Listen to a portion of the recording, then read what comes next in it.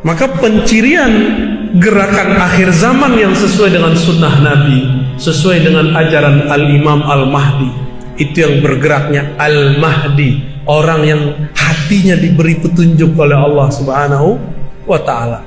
Dan petunjuk ini dia terima setiap saat di kalbunya. Mimpinya adalah perkhabaran, jaganya adalah pemakrifatan. Jadi mereka ini yang seperti dikatakan Nabi pernah berkalam, Pak. Tanamu qalbi, tanamu ainayya wa la yanamu qalbi. Mataku tidur, hatiku tidak tidur. Hadis Bukhari dan Muslim. Matanya tidur, kolbunya tidak tidur. Maksudnya gimana? Kalau Nabi tertidur, maka beliau masuk ke alam kolbu, masuk ke alam yang lain, diperjalankan oleh Allah Subhanahu wa ta'ala. Jadi Nabi itu kadang lagi sadar, lagi sholat, kadang lagi tidur. Itu diperjalankan ke masa depan, diperjalankan ke masa lalu. Maka Nabi tahu semua kejadian awal ataupun akhir dengan izin Allah Subhanahu wa ta'ala. Al-Mahdi serupa.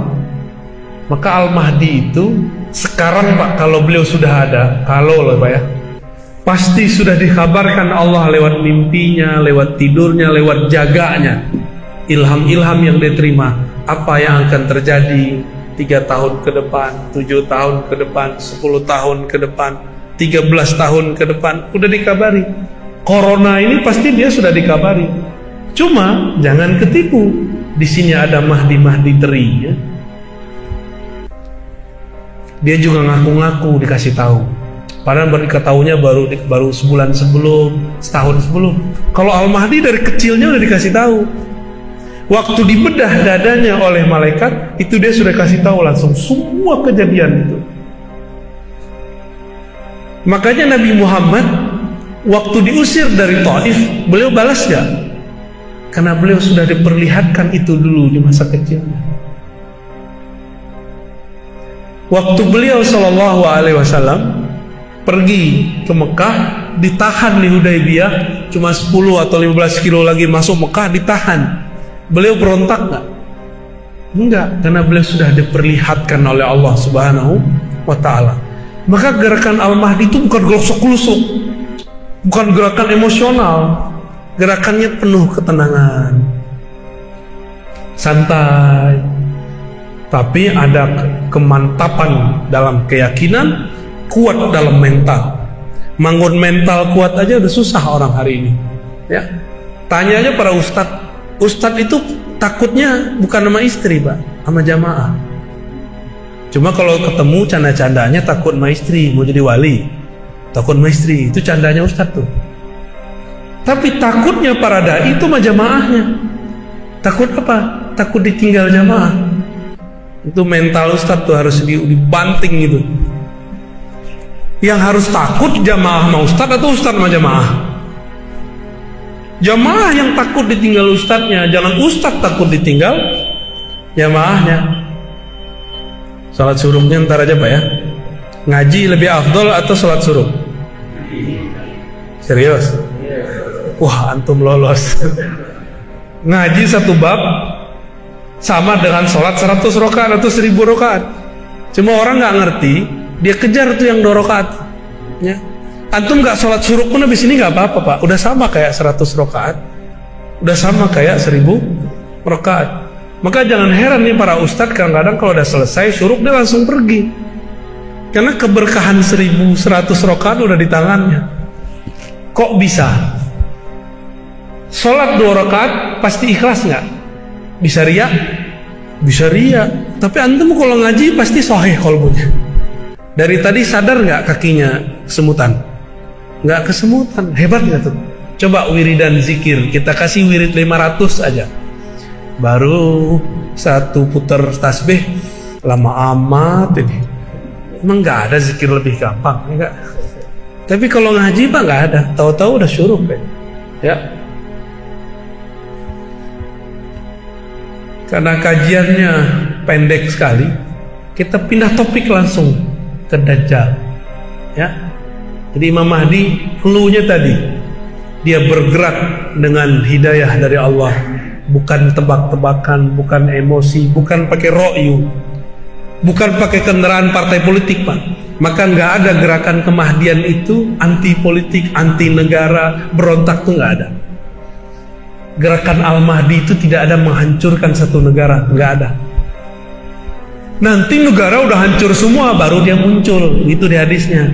Idza muliat al-ardu jawran, kalau bumi sudah dipenuhi oleh jawran wa zulman, kezoliman, sehingga negara hanya tinggal namanya, batas-batasnya sudah tiada. Di saat itulah Allah izinkan Al-Mahdi muncul. Berarti lewat berontak enggak? Maka sekarang jika ada pergerakan memberontak kepada negaranya, itu bukan panji-panji Imam Mahdi. Walaupun di situ ada tentara 313. Itu cuma nama 313. Ya, paham maksudnya? Udah mulai paham? Ya. Dia sebut tentaranya 313, tapi dia berontak kepada negara yang sah. Walaupun kita pro sama kelompok ini, tapi itu bukan gerakan Al-Mahdiyin. Kenapa? Gerakan Al-Mahdiyin tidak pernah berontak. Nabi pernah berontak gak di waktu di Mekah? Nabi waktu di Madinah pernah menghancurkan Mekah gak? Dihadang, dilarang masuk Mekah, itu pun Nabi ngalah. Maka gerakan Al-Mahdi itu banyak ngalahnya. Sampai datang saatnya terjadilah Futuh Makkah. Dibuka Makkah tanpa perang. Disitulah nanti terjadi Bai'at Kubra, Bai'at besar-besaran. Gak tahu tahun kapan, Pak. Tapi Imam Mahdian sudah dikasih tanggal, sudah dikasih tahun sama dia. Ada yang ngasih 28, ada yang ngasih 27. Ya salah. Enggak, itu enggak sah, itu batil semua tuh. Ini Allah sudah rahasiakan, masa kita klik-klik gitu ya? Serahkan rahasia itu kepada Allah. Gerakan mereka itu gerakan anti agama, Pak. Semua agama dia musuhi. Jadi gerakan-gerakan yang kita sebut Juyushud Dajjal, tentara-tentara Dajjal itu. Dajjal itu artinya apa? Apa arti Dajjal? Raja dusta. Raja dusta artinya. Akhirnya kita nggak bisa ngapa-ngapain lagi, terpaksa ngikutin sistem mereka. Udah ikutin aja, Pak. Ikutin aja tanggal mainnya. Nabi Muhammad kan sering ngalah, makanya saya ngalah. Jadi Al-Imam Al-Mahdi pergerakannya sabar, dia banyak sabarnya, Pak. Sabar. Innallaha ma'assa, Allah bersama orang sabar. Berarti kalau dibalik, Allah tidak merestui, tidak membersamai orang yang tidak sabar. Walaupun dia bawa takbir, walaupun dia pakai pakaian-pakaian Islami, kata dia, tapi tidak sabar, Allah tidak bersama mereka. Di hadis Abu Daud dikatakan bahwa ada keturunan Rasulullah nanti yang ngakunya salah. Dia bukan Mahdi, dia ngaku Mahdi. Pakai ngaku di YouTube lagi ya. Masa Imam Mahdi ngaku di YouTube? Ini bagian ilmu akhir zaman. Nabi mengatakan di akhir zaman nanti yang akan jadi khalifah itu siapa? Orang yang ismuhu yuwati usmi, yang namanya berkesesuaian dengan namaku. Nama dalam bahasa Arab ismun, beda dengan nama dalam bahasa Indonesia. Nama dalam bahasa Indonesia udah nama aja. Yang dimaksud nama di situ dijelaskan oleh Imam Al-Bajuri. Imam Al-Bajuri ini bukan Bajai Bajuri, Pak. Bajuri ini ulama Mesir, Syekh Ibrahim Al-Bajuri Al-Misri. Kita punya sanad ke beliau terpendek, itu dari jalur murid-murid Sayyid Muhammad Alawi Al-Maliki dan Syekh Yasin Al-Fadani. Punya murid umurnya ratusan tahun, namanya Al-Aquri. Al-Aquri langsung belajar kepada Ibrahim Al-Bajuri. Apa kata Imam Al-Bajuri? Ism itu maknanya tanda, al-alam, awil wasam, wassumu al-ulum, tanda-tanda dan ketinggian ilmu ataupun derajat. Berarti tanda yang terjadi pada baginda Nabi akan terjadi pada Imam Al-Mahdi.